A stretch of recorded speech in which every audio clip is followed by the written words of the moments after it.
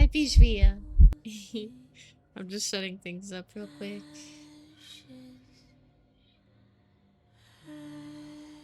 Mm, Let's bring this over here. Because we have Mappy in the back. So we're gonna ignore that. Okay, this is just picking that up because I haven't changed it yet. But yeah. Alright. We got the Reddit. We got it going. We got this nice vibe, okay? Now that can hide for now until everyone gets in, and then we'll start reading it. I'll give like 10 minutes for everyone to show up. Because not everybody's very quick. You're just very fast.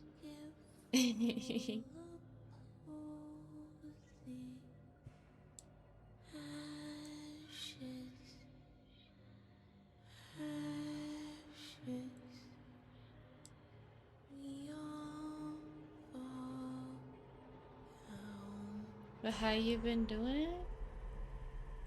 How you been? Oh, you gave the cat the treat. The cat is behind me, if I recall. Right, Pando? No, Pando is right here, but he hasn't shown up in a few years. Pando, I think, died like a week back. He decided to stop existing.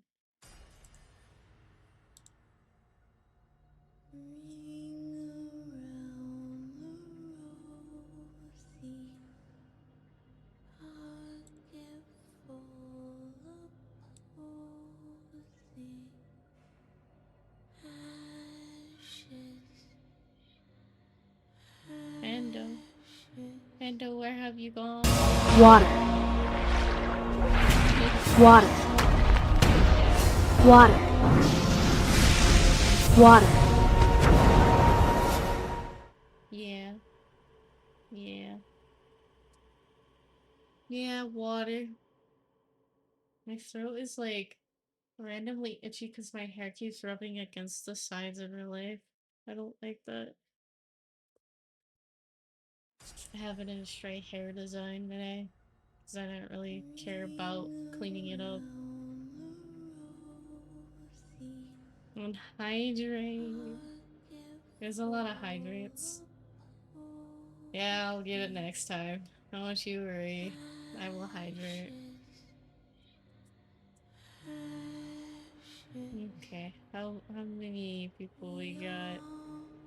Water is good for you. Yeah, but I have to go walk to the mini fridge. Because I drank my water already. Just before this.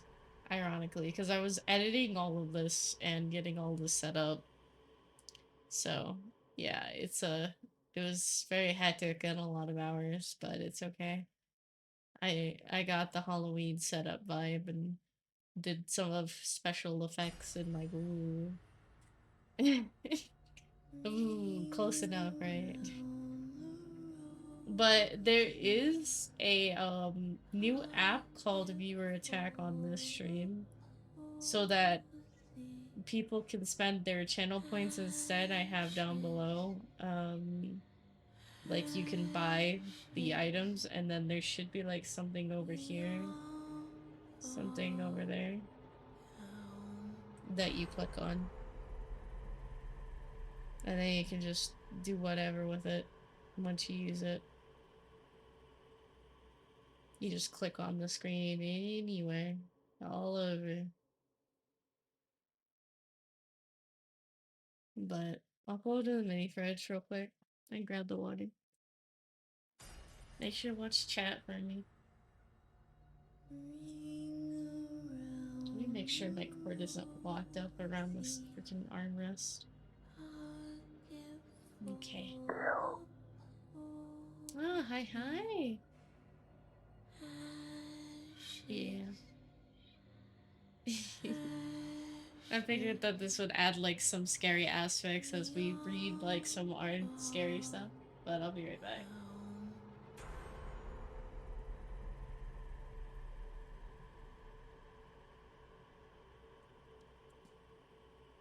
Okay. We got the water.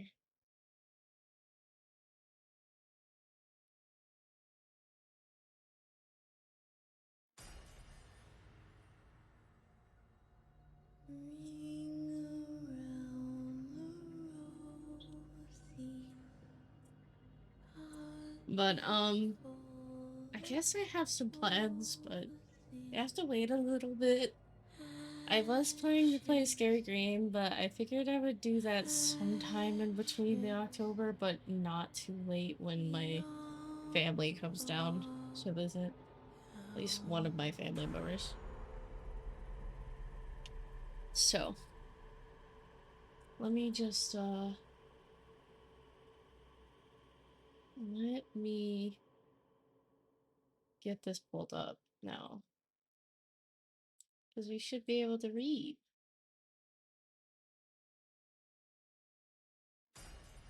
Okay. I need help. There's a woman who has been screaming outside for days and I can't get rid of her.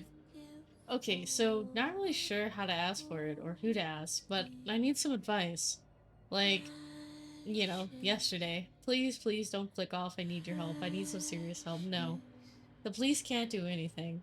I'm not even sure how to explain it to them, let alone have them believe me. I don't even think they're coming. Even if they did, what could they do? At this point, I'm not even sure a priest could help. I'm at my wit's end. So, just like the title says, for the last 4 or 5 days straight, some lady has been screaming her head off outside my house, on and off. I'm not even sure if that, how many days has it been? It feels like it's been going on for weeks. And I'm not even sure if I could call it a lady. Whatever it is not a lady, it just sounds like one. For some context, I recently moved to central Oklahoma. I got a new job out here, and luckily housing prices are a hell of a lot cheaper than the rest of my country. So, I was able to rent a nice big house for cheap. It's an hour and a half drive from OKC, but the nature out here is surprisingly gorgeous. I'm not sure what most people think when they hear backyard and few neighbors. No one to come bother me, just me, a big backyard, and my dog Checkers. There's North Canadian River out back in the distance, and miles of fields, red clay, and trees. Sure, there are a few rednecks and shotguns, but there's a way down the road. There's always possums running up and over the goddamn road getting turned into roadkill at the time. And tons of raccoons getting in my trash too. Rabid, vicious bastards. But they're least of my worries right now. I don't know if this one's really that scary. It just sounds funny. Like, I get it, you have something screaming out near your house.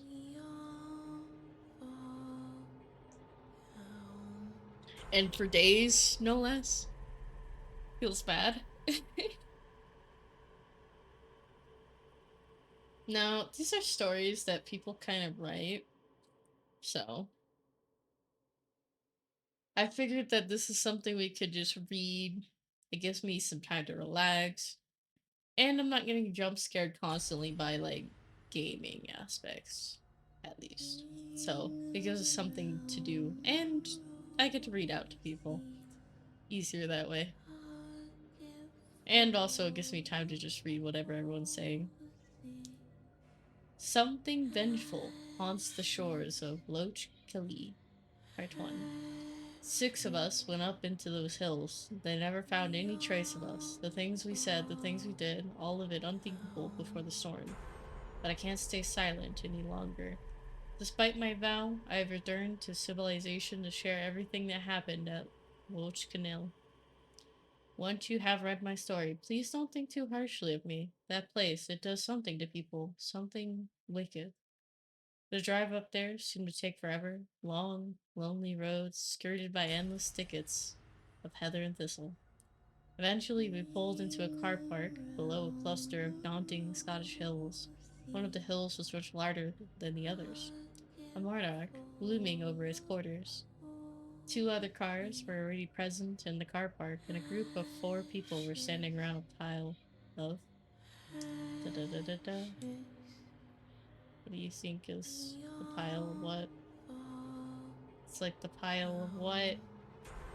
The pile of what? You monster. I hope you live with yourself for the series. But yeah, or no sleep. Let's get back to this. That evil series. Made me want to read more. I could also just pull out like horror stories, just random books and read them.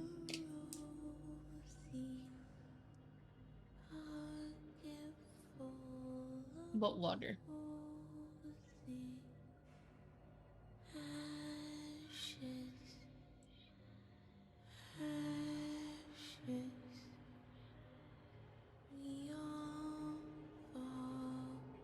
Okay. Some of the children are not really children. I'm going to tell you something that happened to me last Halloween. I have had a very hard time coming to terms with what happened, and I've only been able to trust one other person with my story. He suggested that I tell it here. I brought this up with my psychologist several times, and she written it off as stress-induced acute psychosis. Let me be clear. I have no history of mental illness, although I was struggling with some lingering grief at this time. I am certain that what I witnessed was not a result of this grief. Last year, I took my 2 children trick or treating like I do every year on Halloween. Unfortunately, it fell on a Monday, and I had to wait for the kids to get out of school before getting them ready.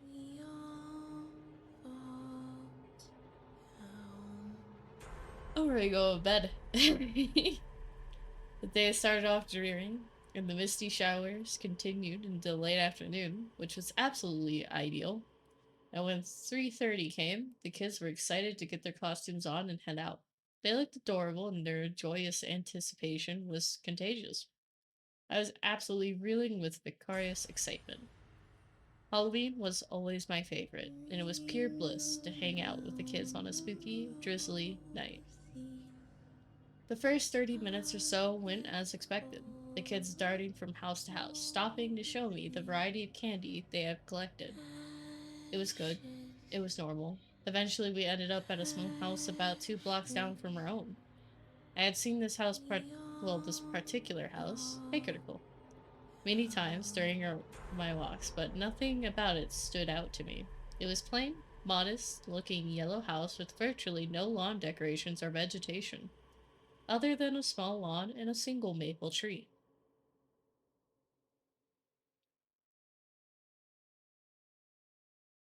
Interesting, right? These are like stories people write that they couldn't get sleep from. So they're supposed to be kind of scary, but not super scary. But yeah.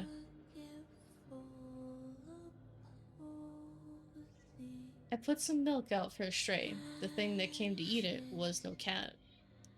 Right from the start, before anything truly horrible happened, I'm pretty sure I didn't want to live in the mountains. I was a city girl, born and raised. I never heard quiet until my fifth grade class toured a recording studio and I stepped into the soundproof booth by myself. My heart beat terrifyingly loud, and I wanted to get out right away. Seeing me panic, my classmates refused to open the locked door, laughing in total silence on the other side of the glass. The forest was a little different. Just a bigger booth. No horns honking, no rattling of passing trucks, no one yelling at maniac bicyclists. We had to move to a small house on a hillside thick with pines that barely rattled in the wind. Right away, I knew I hated it here. What do you think? Asked my husband, Mark, breathing in the fresh air dramatically. Paradise, right? I don't know, I said, hating every second. I'm pretty sure I'll get used to it. We were unpacking boxes. Everything that had seemed perfectly in place in our city apartments seemed just as out of place here as us. What was mid-century modern table doing here in the middle of the woods? Why are these dwarfware plates? Why was the TV so comically small for the big wall above the fireplace? That is a good question. Why? Why? Because you don't belong. So now I'm wondering, did they post an update on this? Yes, they did. They did post an update. I walked out onto the front porch and looked at the valley. There was something different in the air today. The usual pine scent cut through the tinge of acid, like I would lick a piece of charcoal.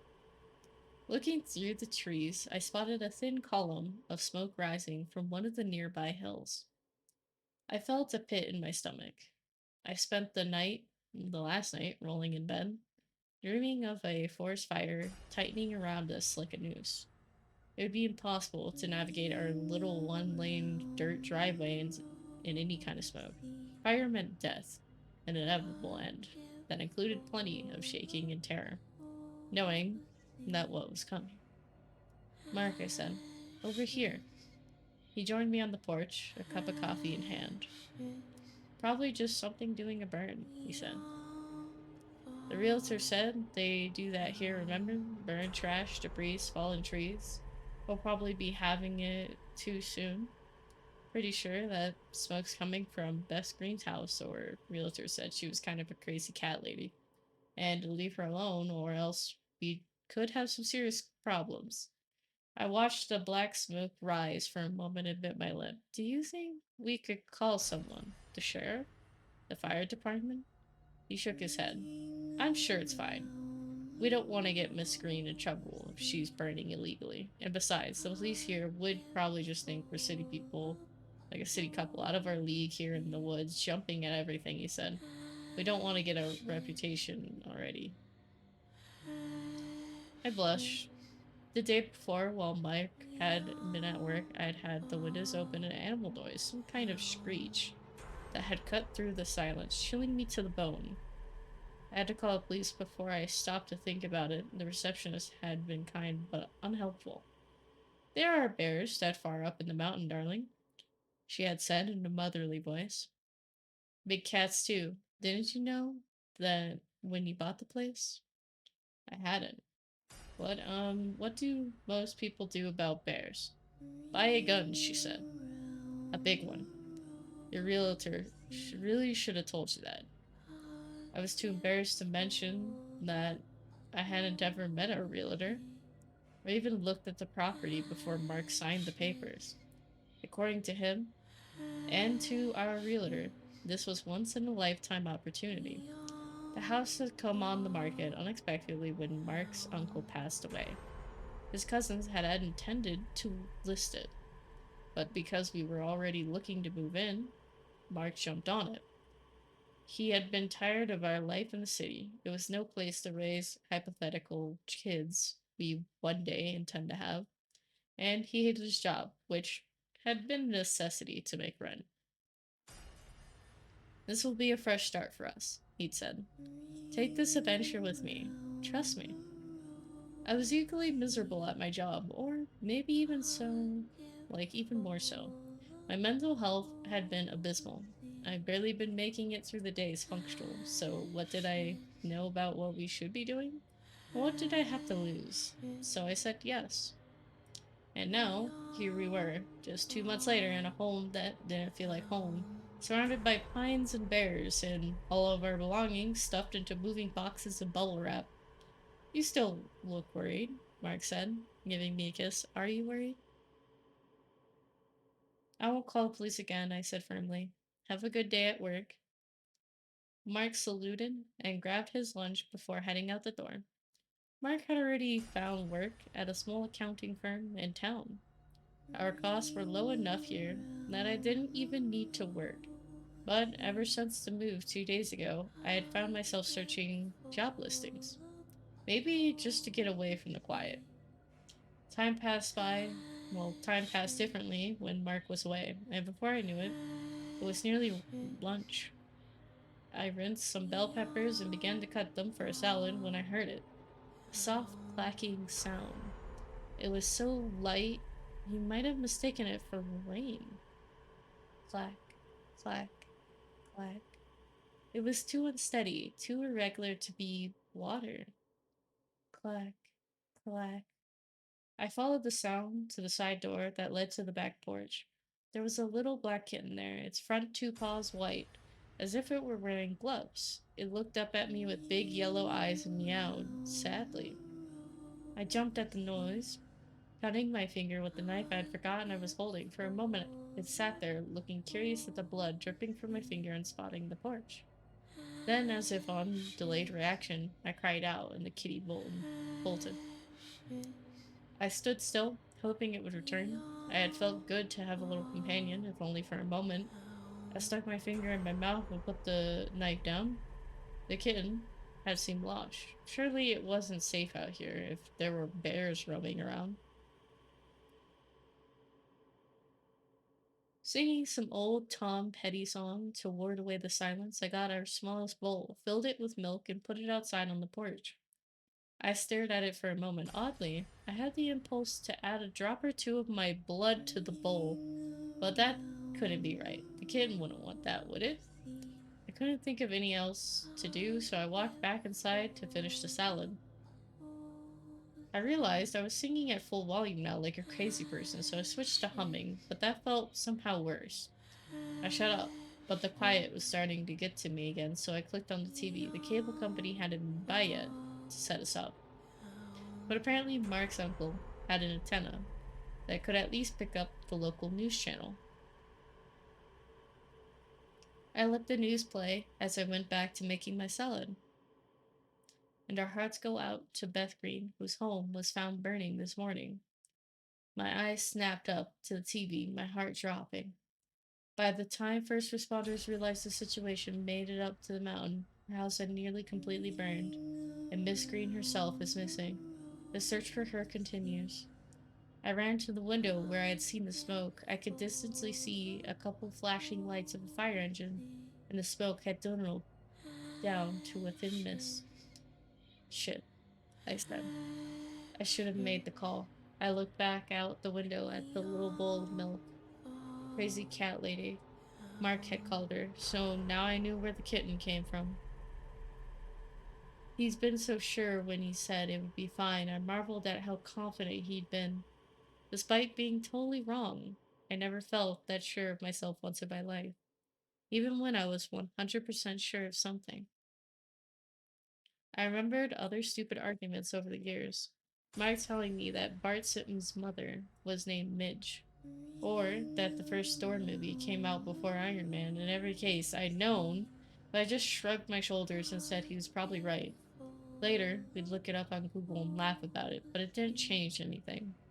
There was always a next time. Another thing for Mark to be wrong about, a full of certainty and blusters. Eased my guilt over Miss Green. I made the long drive into town and went to the grocery store. I loaded a bag with every cat treat they had. Got a new pet, the clerk asked. I tried to smile, something like that. When I got home, it was already getting dark. I emptied everything onto the porch: kitty treats, anchovies, anything I could think of that a cat might like. Here, kitty, kitty, kitty, I whispered quietly into the twilight. Only silence answered me. I went back into the house to get dinner ready. Mark would be home soon, and I realized I've never even eaten lunch. I finished the salad and started some steak cooking on the stove, and when I heard a deep scraping sound, then a crash. My mind conjured a bear's claw scraping the wood of the deck, a kitten locked in its jaws. Fear spiked in the pit of my stomach. I ran to the last door that opened to the porch and threw it open, but nothing was there. I took a step outside and looked down. There were deep gashes on the wood like claw marks. The pile of kitty treats was gone, down to the last crumb. Not only that, but the bowl was destroyed. I slowly picked up the pieces, putting them together. I realized a fairly big chunk was missing, as if whatever came for food had bitten clean through the shattered ceramic and swallowed it. For a moment, I paused. I'm not sure if I breathed or not. Suddenly, I was sure I was being watched. I tried to listen, but all I heard was terrible silence, wrapping all around me, ready to strangle me to death.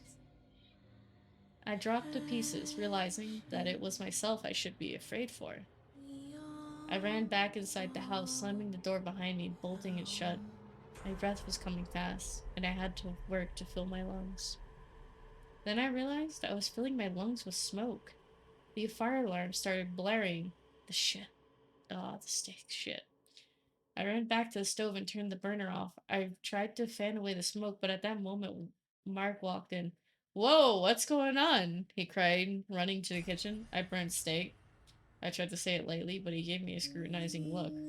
What really happened? He asked. I sighed. I told him the whole story over the salads and peanut butter sandwiches. When I was done, he put his hand on mine. What were you thinking? Putting all that food out? You could have brought in a bear or worse. I flushed. I just wanted to help that kid. What happened to Miss Green wasn't your fault. You didn't do anything wrong.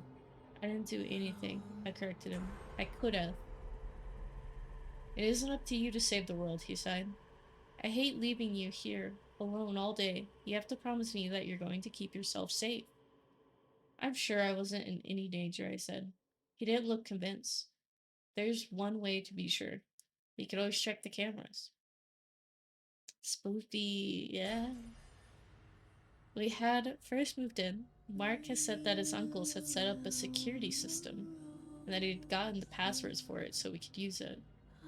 Mark pulled up the security camera for the back porch and scrolled through the day. We watched the events of the morning and afternoon play out. The little kid prowling the porch, my own cameo calling for it, and then depositing the treats. We fast forward a bit, watching nothing happen. And then I couldn't believe what I saw. I'd been expecting maybe a bear or some kind of bobcat. What had visited our porch and demolished all of our kitty trees was no animal that I've ever seen before. It happened so fast. It was really just a blur on the screen, even slowing it down frame by frame. I couldn't quite be sure of what I saw, but here's what I think it looked like. Covered in spines, easily the size of two bears stacked together. This beast lumbered onto the porch, talons scraping the wood. Razor sharp spines protruded out of its back, and its eyes. There was something about them that made my blood run cold. At first, I couldn't place it. Then I realized what it was. Those eyes were far too intelligent. Fucking hell, what is that thing? Mark yelled. He rewound and fast forward the frame and bit back and forth.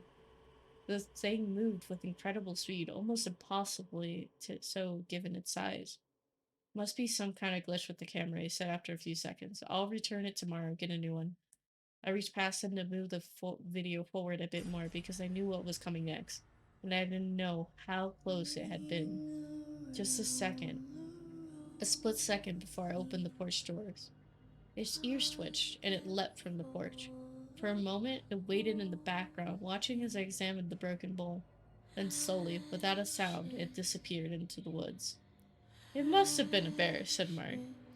A little later, as we lay in dark, trying to ignore the silence of the woods all around us. Just a really big bear. Yeah, I said. Probably. We learned our lesson, though, he said. No more feeding the wildlife. Sure, I said. Sounds like you know best. A few minutes later, I could hear him snoring, but I didn't sleep because I didn't know best. Because he didn't know best. He didn't know shit, and I was going to prove it. Before I knew what I was doing, I found myself in front of the refrigerator, letting the cold air breathe over me. The cool air chilling the night. Sweat on my skin as the fan struggled and hummed. I filled a fresh bowl of milk. Oh no. You can't feed those things. I mean, that was pretty good. Okay, that was pretty good. It was a little weird to read, but it was pretty good. It was pretty good.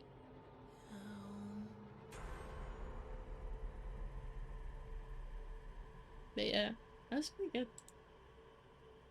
I give that one a decent rating.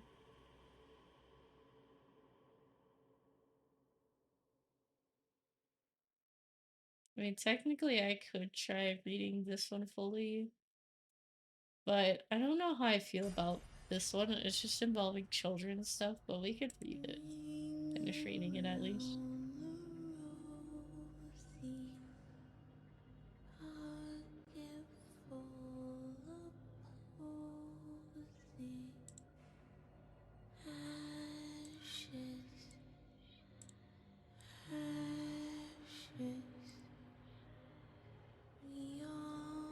Okay.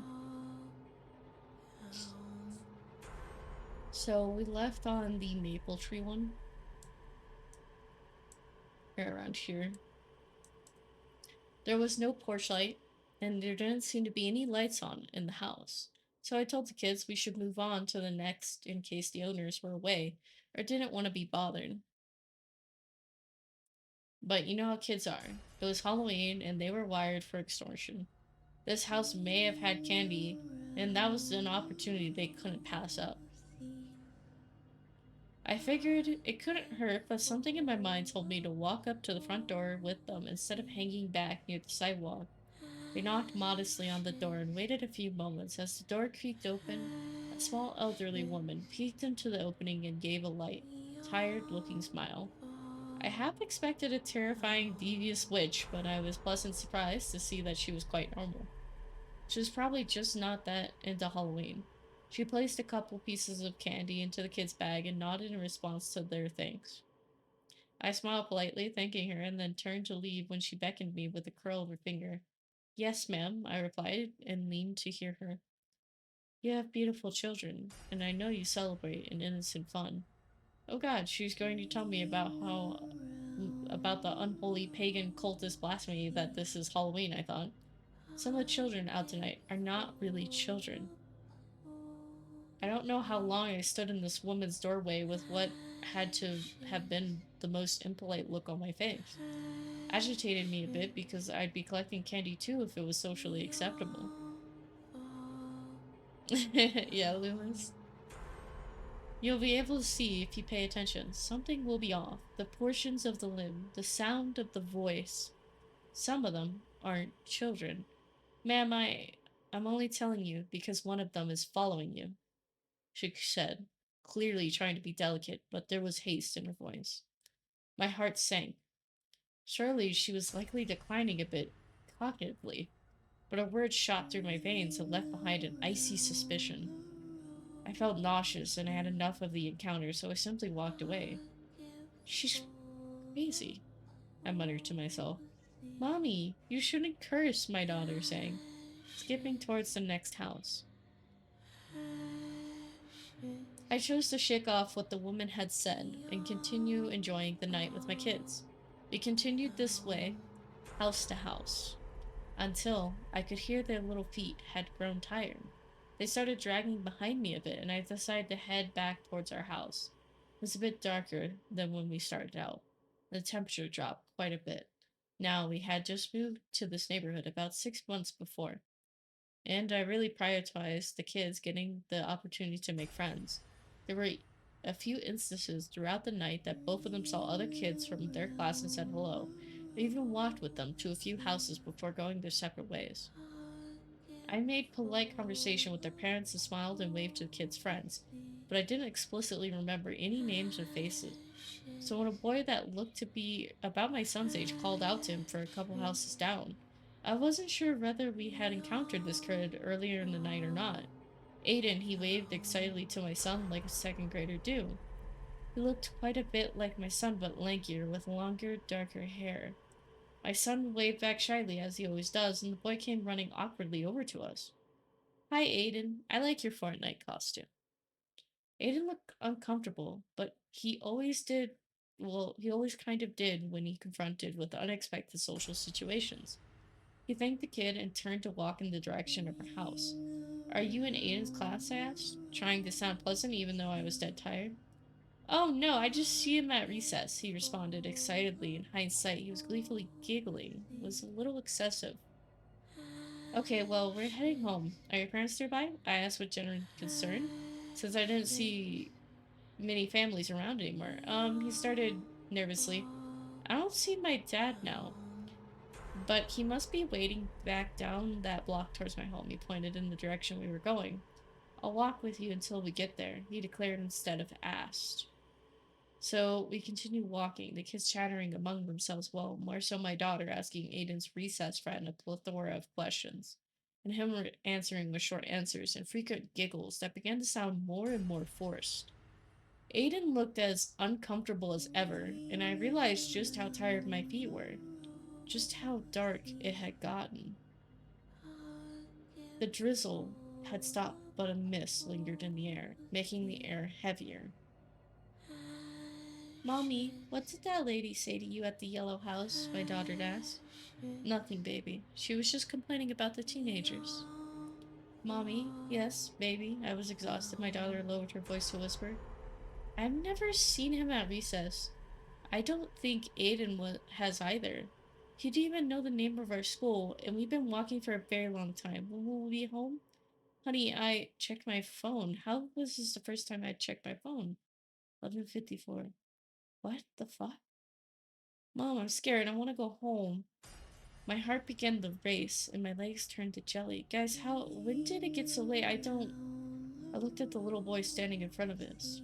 His face shifted, continuously back and forth, from the excited and nervous expression, kept looping from one to the next to the last, over and over. It felt overwhelmingly strenuous to look at, but the sound of fear in my children's voice was enough to sober me up for long stretches of time. Closed my eyes tight, gripping both of their arms tightly. Aubrey, Mommy's confused. Tell me what's going on. We kept we keep trying to walk and you kept stopping and staring at him. We kept yelling for you to stop. Please, Mommy, I want to go home. With my eyes shut tight and my hands gripping their arms even tighter, I shouted, What are you? What do you want? His voice was shrilled and distorted. Spare 5 minutes more. We're nearly there. I've gotten to know you so deeply, Catherine. I could feel the vomit rising in my throat. My chest was on fire. I wasn't confident that my legs could carry me. Guys, run home now. I'll follow. My brave and gallant babies obliged. Don't leave this unfinished and you'll force me to show up again. I ran as fast as I ever had to catch up to the kids and pull them inside our home. I said this at the beginning and I'll say it again. Almost nobody believes me about this. My kids knew something was wrong with Mommy and something was off about that boy. But they aren't able to quite put it together, honestly. Neither am I. I'm sharing this because it may save someone's life. I don't know what this entity is, and it looks very much like a child, and it completely removes you from reality.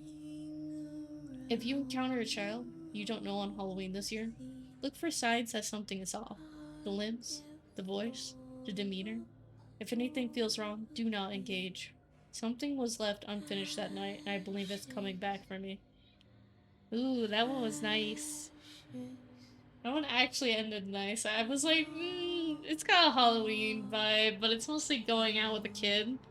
You know? I was like, what could go wrong? That one sounded actually really creepy. Like, imagine You're Halloween trick or treating, and suddenly a kid walks up to you and doesn't have family nearby, nothing, and they're just like, "Let me walk beside you before you go back home." And you're just like, "Are you sure?" That's a little weird, even for me. I don't know, man. I'm giving out candy this year. Better watch out.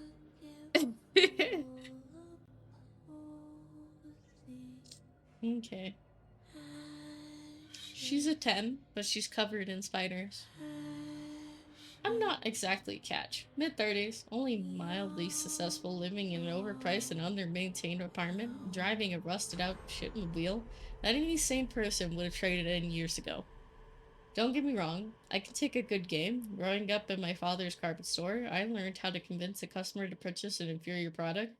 Those same skills worked wonders when you're pitching yourself to a potential mate.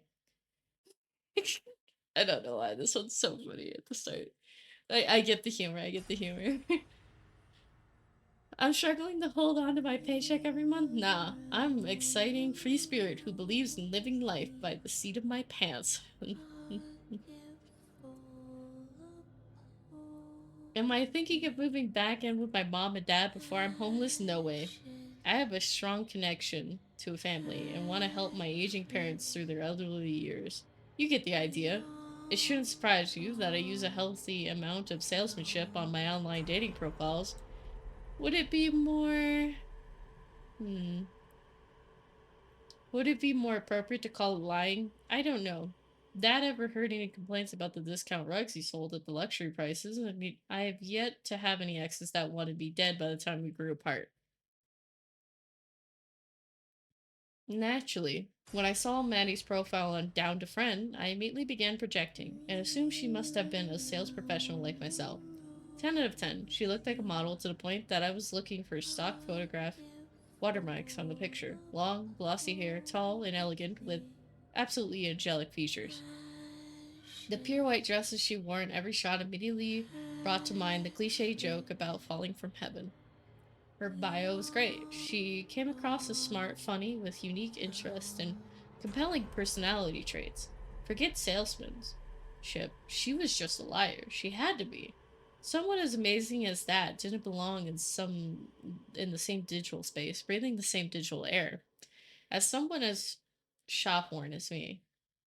I mean, I took my shot anyway, but yeah, Maddie was easygoing, at least over text messages. She didn't care where we met, didn't mind if it was at a movie, over dinner, or even a wallet conspicuous picnic in the park. I almost made it a little game to see if I could find the fault with this person who presented herself so perfectly, but it was a game I lost. Hell, as the date approached, I actually started getting nervous. That was one for me. Butterflies in my stomach. The works on at least one occasion. I dreamt about our wedding. It was absolutely crazy, and something in the back of my head was telling me to call it off before I created a permanent memory of screwing up the best opportunity to ever come my way. Sitting in the restaurant, I felt all of the weight sitting squares on my shoulder. Maddie was coming from a research lab. Yikes, that was way above my station. I wanted to meet at our destination. I was incredibly relieved when I found out her first impression of me wouldn't be seeing my uncooperative asshole of a car. It was a small Italian place, nothing special. It should have been special, I thought. As I looked around at the obnoxious elderly couple arguing in the middle of the room and uncomfortable children jumping from booth to booth, I only had a short few minutes to consider the hell I was dragging her into before I saw her walk through the front door. Tall, graceful, angelic. White dress, exactly like her photos. Fuck.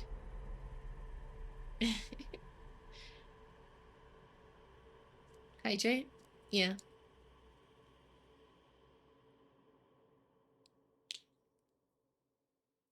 Nearly falling out of my seat, I tripped over myself and rushed to pull her chair out for her. She thanked me, and I apologized if she was a little late, her metallic voice tinkling the back of my brain. As she approached, when she was close, I finally noticed the flaw. She's a 10, but she's covered in spiders. Thousands of spiders. Long legged, fragile stalkers scurried through her hair. Small, dark jumpers perched on her shoulders and rotated in place to watch me. Hairy, blobby little crawlers darted and froze across her entire body. Spiders, spiders, and more spiders, appearing from under her chin, disappearing under her arms, moving quickly away from her back as she sat down. As she adjusted her dress, it clung slightly to the chair, spider webbing. I politely excused myself and told Maddie to order whatever she wanted if the waiter came by before I was back. She nodded a sad, suddenly taking over a bright expression, like a sad smile. Huh.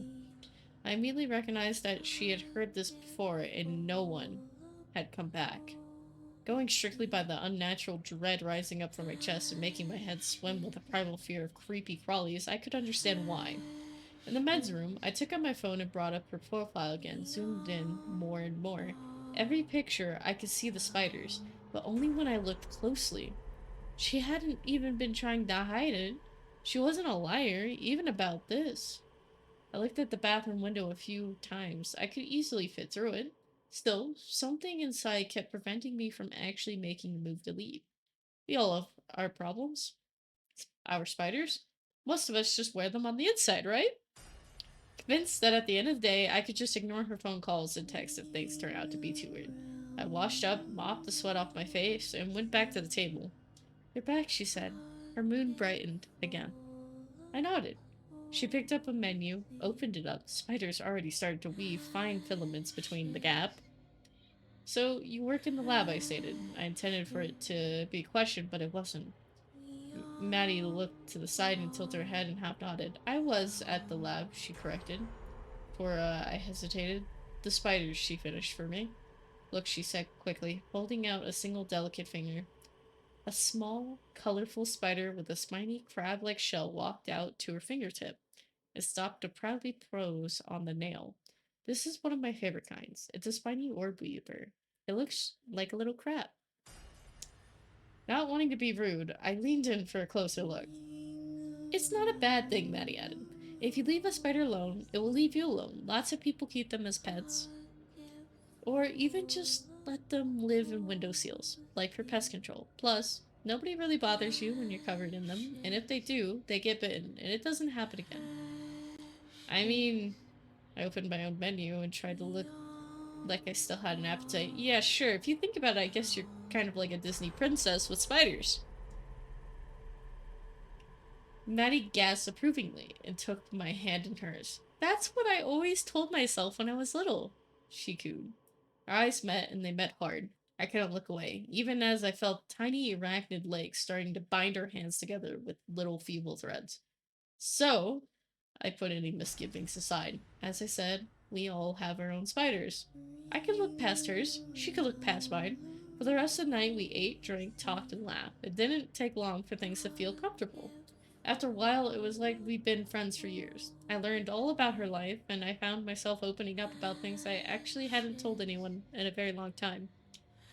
It might sound pathetic or weird, but I honestly think I fell deeply in love right then and there. As it turned out, she had been dropped off at the restaurant by a blacked out van from the research facility, so I ended up walking her back to her place. I explained that it was a beautiful night, and a walk was good after a meal. But in reality, I was still trying to hide my horrible wheeled city dumpster of a car. When we got to the door of her apartment building, things got pleasantly awkward. I knew I wasn't coming up on the first day. In no way was I going to brush the issue.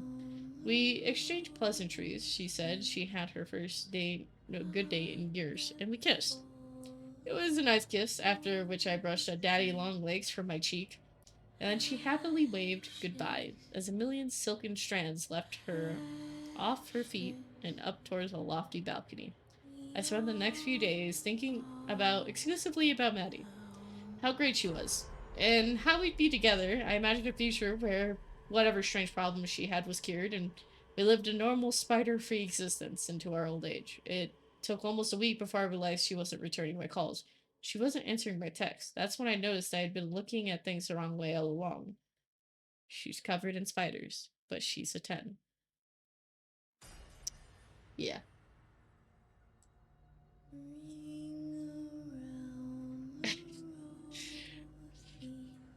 Oh goodness. That's just a yikes and a half.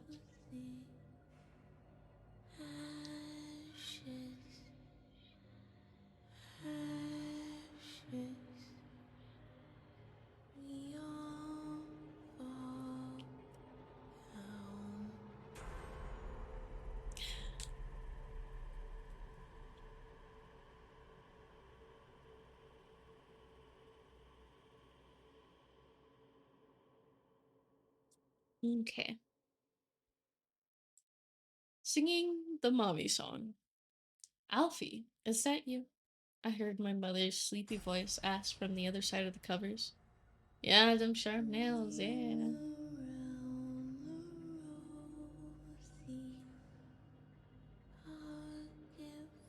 Yeah.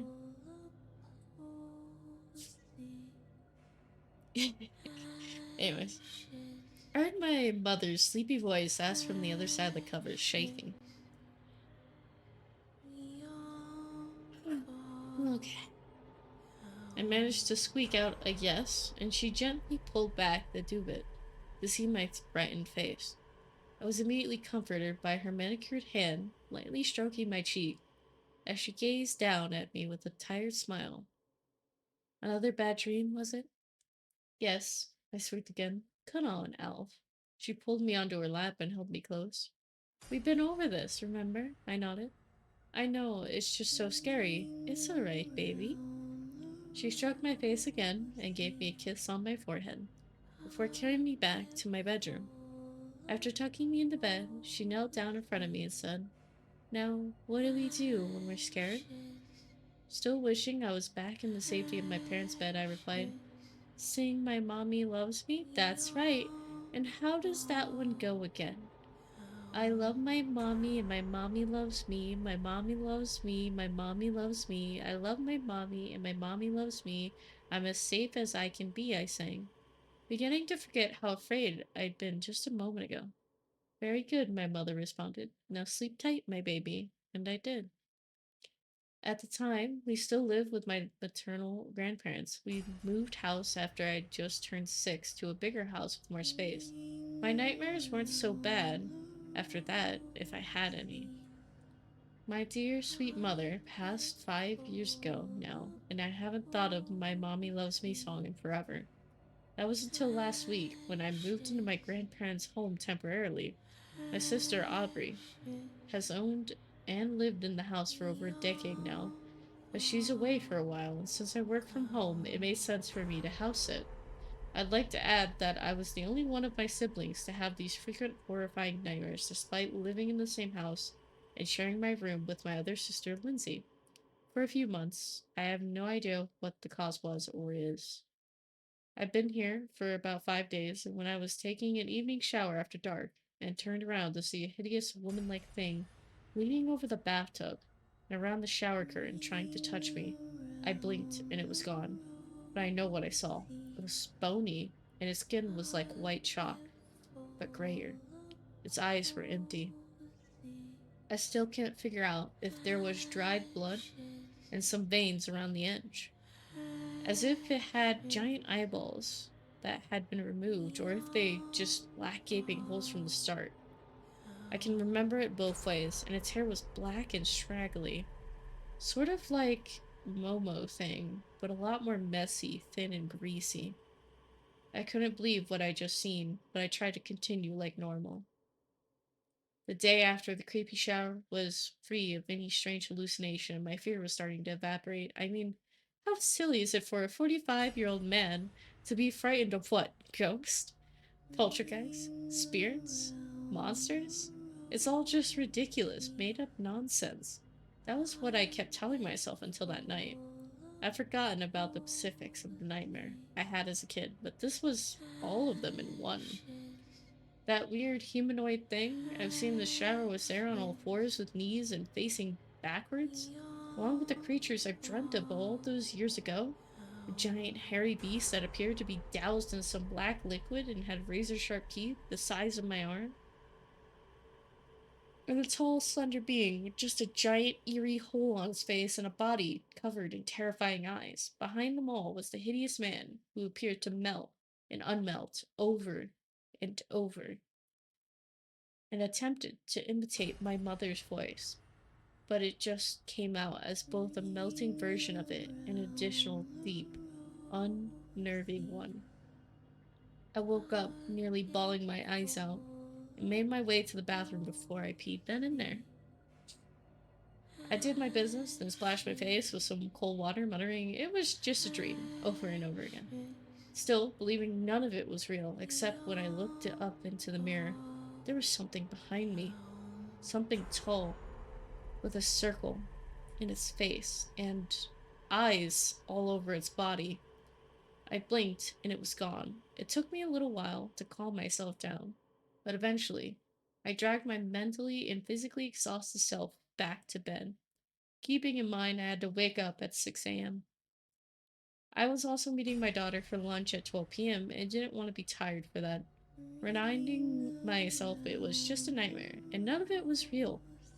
I climbed back into the spare bed and began to fall asleep almost immediately. I desperately wanted to get up and find out what that faint whispering sound coming from down the hall were, and the occasional footsteps I could hear as if someone was running in and out of one of the rooms. But I was so worn out, I was back to sleep before I could move. That night, I lay in the guest room, petrified of what was to come: nightmares, visions, hallucinations, or worse. I fell asleep for a few hours, but woke up around 12 a.m. to those same footsteps as last time. This time, though, they sounded closer and slower at first. It was like the person, or whatever it was creeping down the hall towards my door. But running away at the last second, I tried to ignore it and go back to sleep, not even turning to face where the sound was coming from. Even when I heard somebody quietly open the door, then close it and walk away.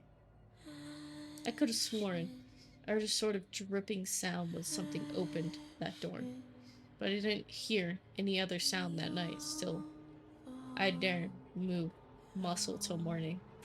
The next night was the same, with the footsteps and whispering was back too. Then the doorknob turned and the door creaked open. Sounds of heavy breathing entered the room. The uncomfortable sound of both stepping and shuffling made me nauseous the most. It made its way around the bed until I could hear its breath just inches from my face. My heart dropped when I heard a strained woman voice say, I know you're awake. With that, I nervously pried my eyes open to see the woman like humanoid from the shower.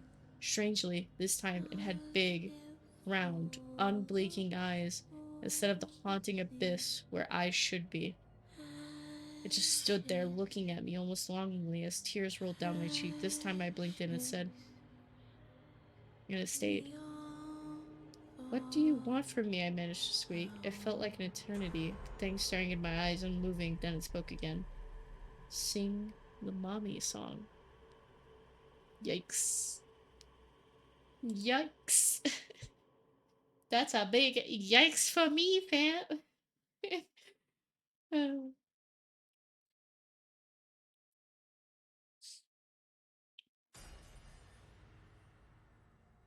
the Tooth Man.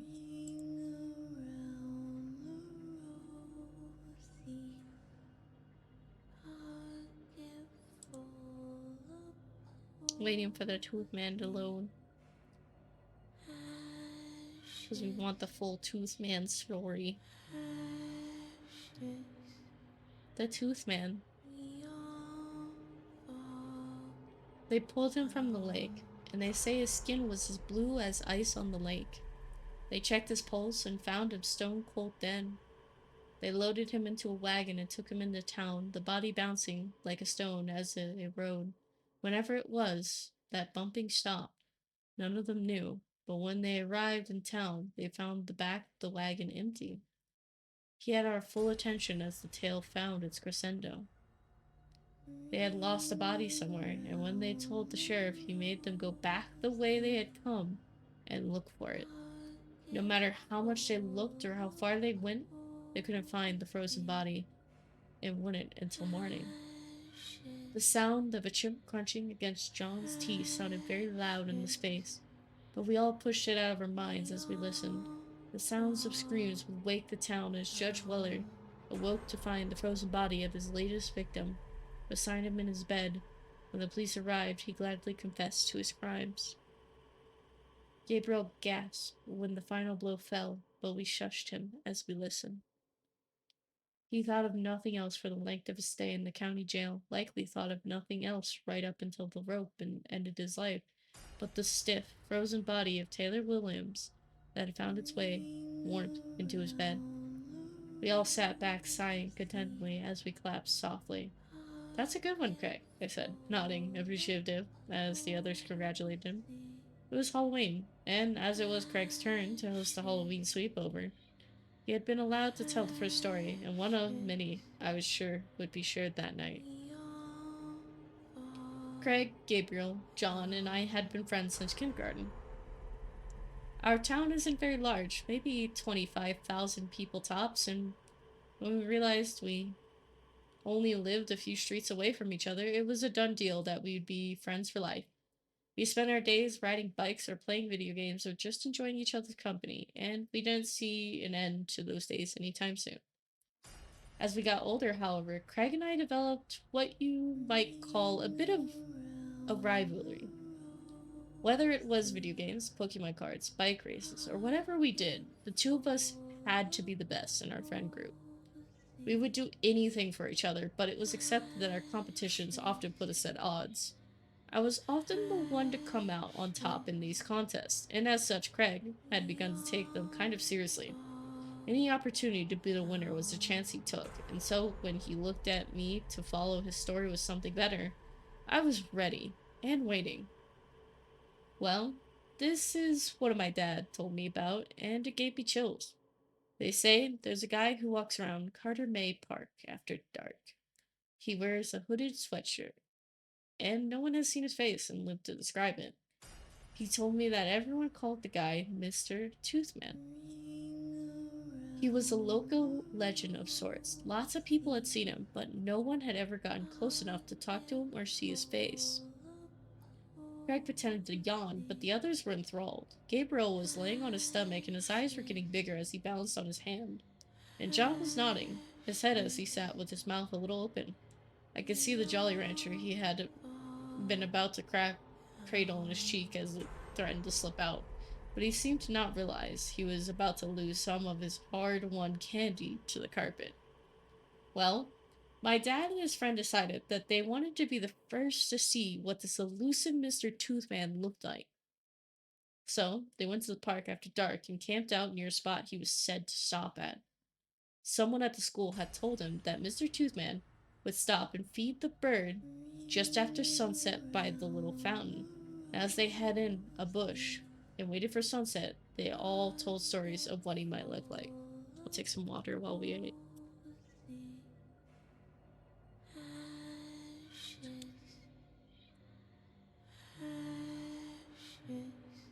Okay.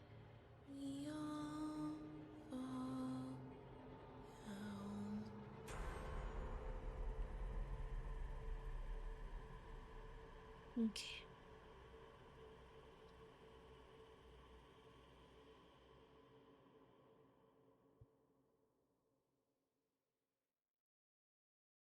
Okay. Now we're gonna finish this up.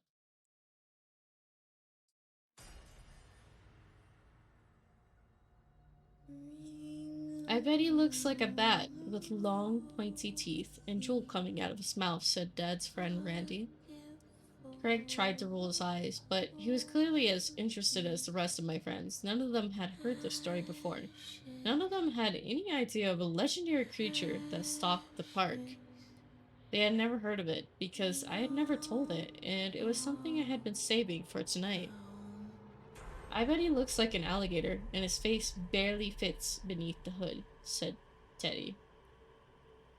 Dad didn't speculate with them, he just kept watching the bench. It got darker and darker, the bugs tuning up as the crickets and night birds began their song. He was supposed to show up right after dusk. They had been told so, and they believed it, but he still wasn't here, and the mosquitoes were beginning to bite. A dog barked outside, but none of them took notice. They were all too enthralled by the story to give it thought. I bet he looks like a monster from under the bed, Teddy said suddenly. And when he gets you, he drags you into the dark and swallows you whole.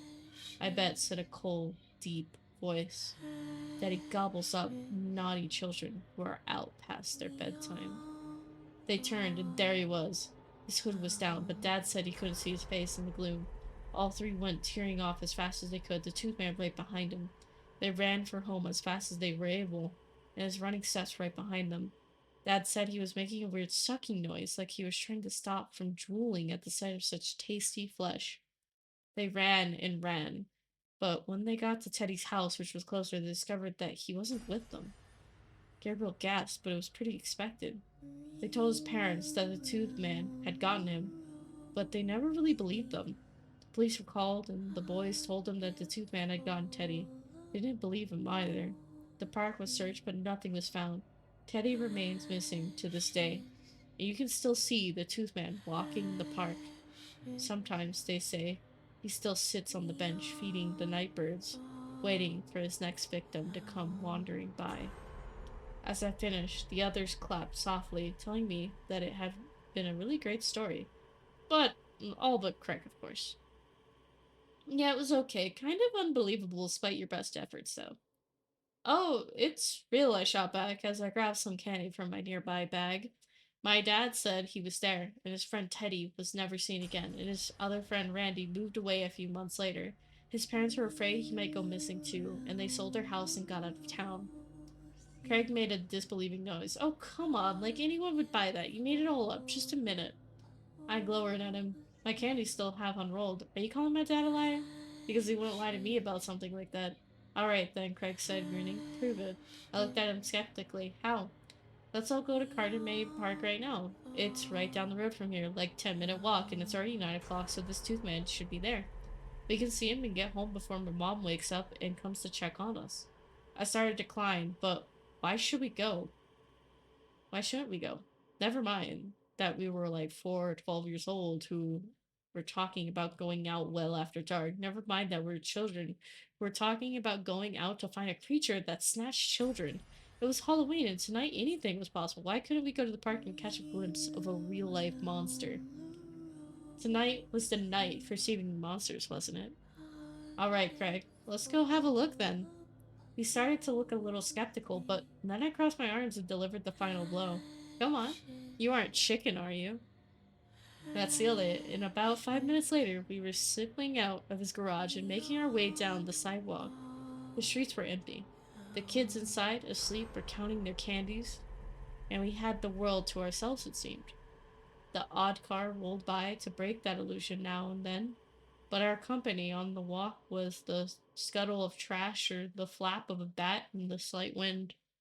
It was quiet, the night just beginning to stretch its fingers across the town, and as the moon hung high and pregnant over top of us, it seemed that anything really could be possible.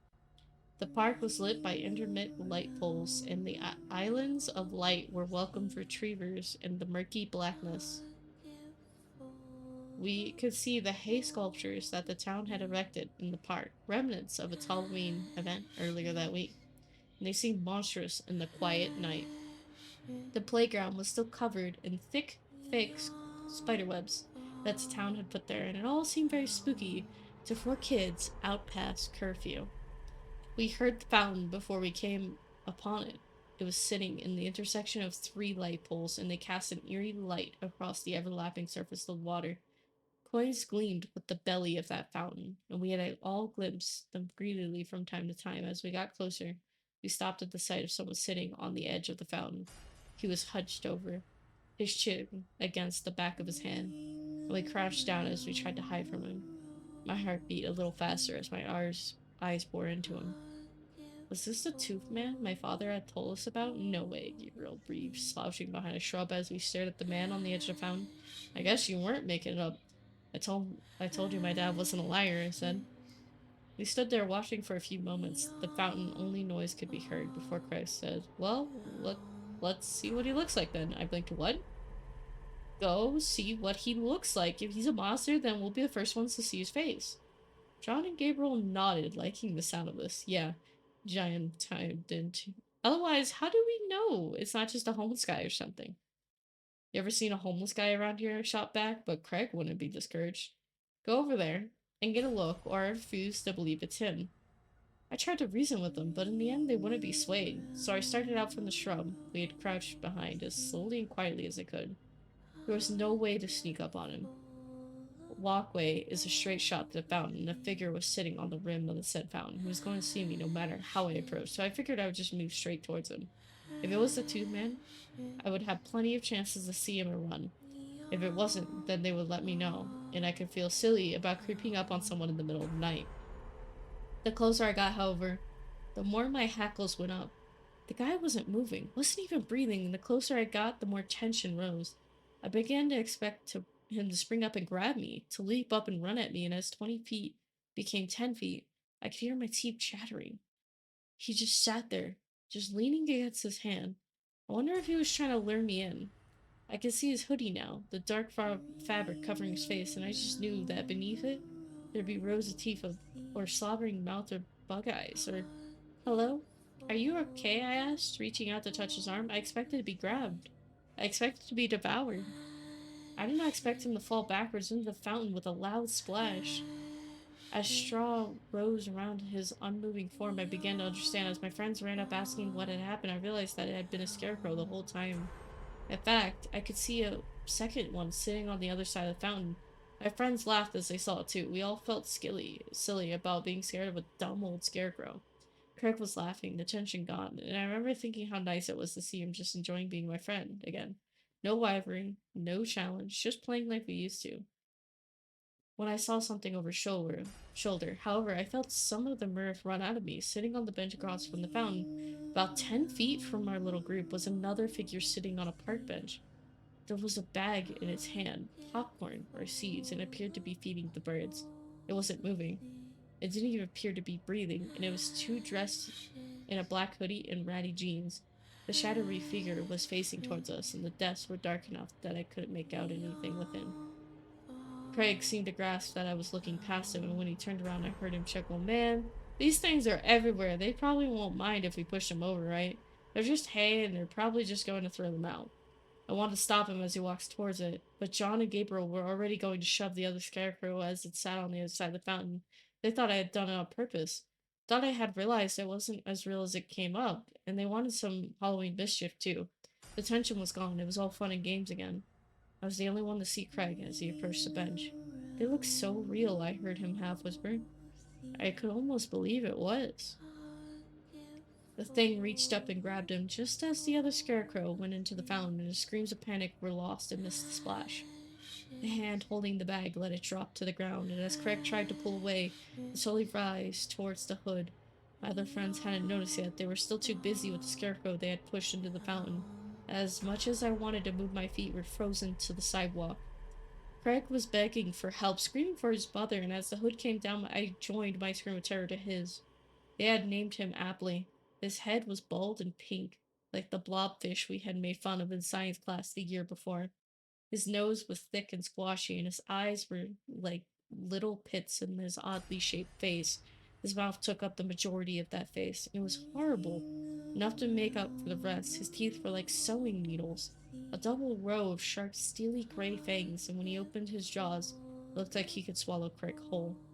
Craig stopped screaming when that mouth fell over his face, and that was when John and Gabriel figured out that something else was going on.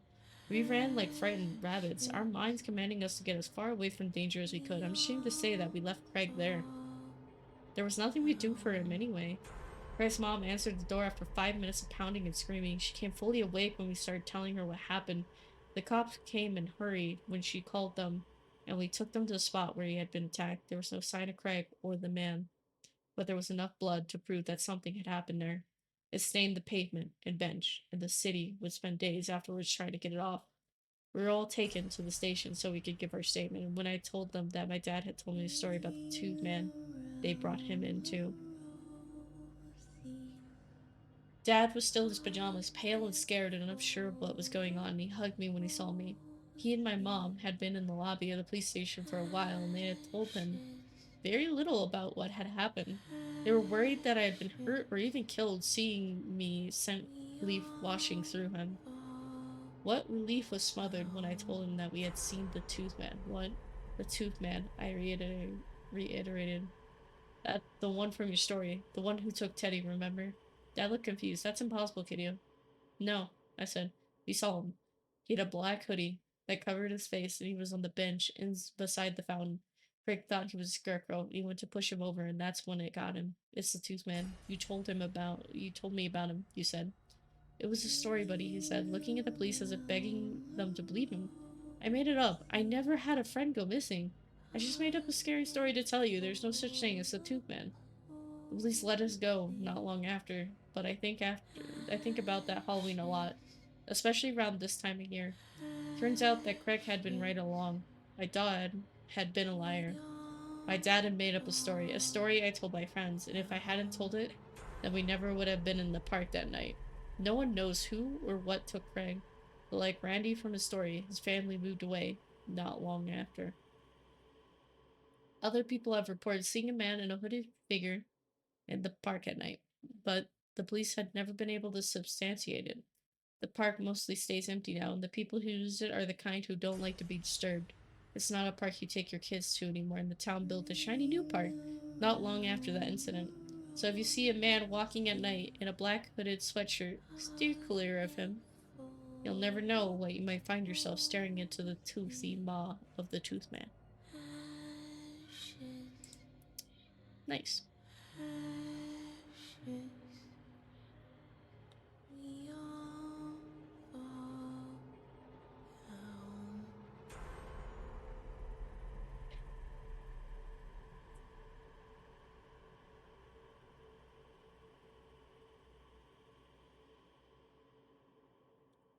You know, this is already getting me tired. Reading stories. Makes you sleepy.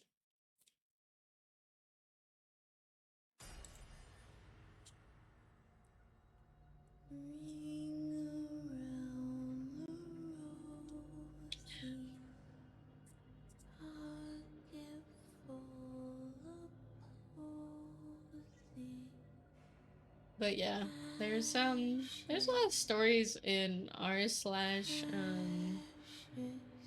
no sleep. I recommend checking it out if you just feel like reading some things for a little while. You know, it does add like a lot of aspect to watch and read. But I'm probably gonna call it right now because that's like a whole hour of reading and stuff like that. And this is more required of my voice than like playing Babby or gaming because I don't need to constantly talk over myself.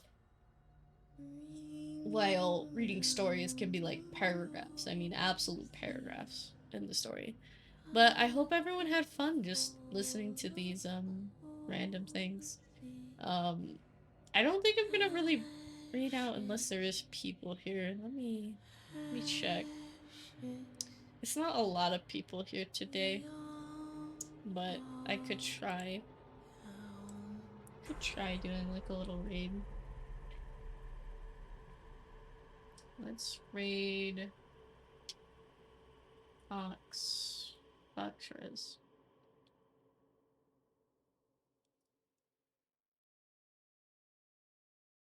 Yeah, because she's been doing subathon and trying to advertise to people stuff she's been doing.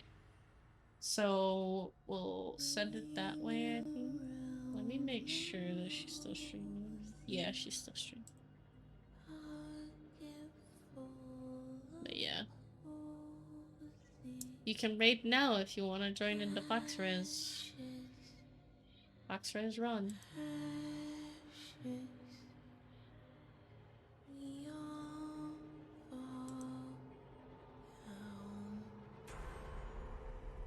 I need one more viewer to join the raid so that I can get my collection thing. As long as it's 2 viewers or more. I'm trying to get my achievement. My achievement. Achieve. So make sure to join the raid. I'll give you more chance. It's gonna go though soon though. But we probably won't get it. Oh well. But we've been watching a bunch of this, so that's fun. And reading this. I hope everyone had fun though.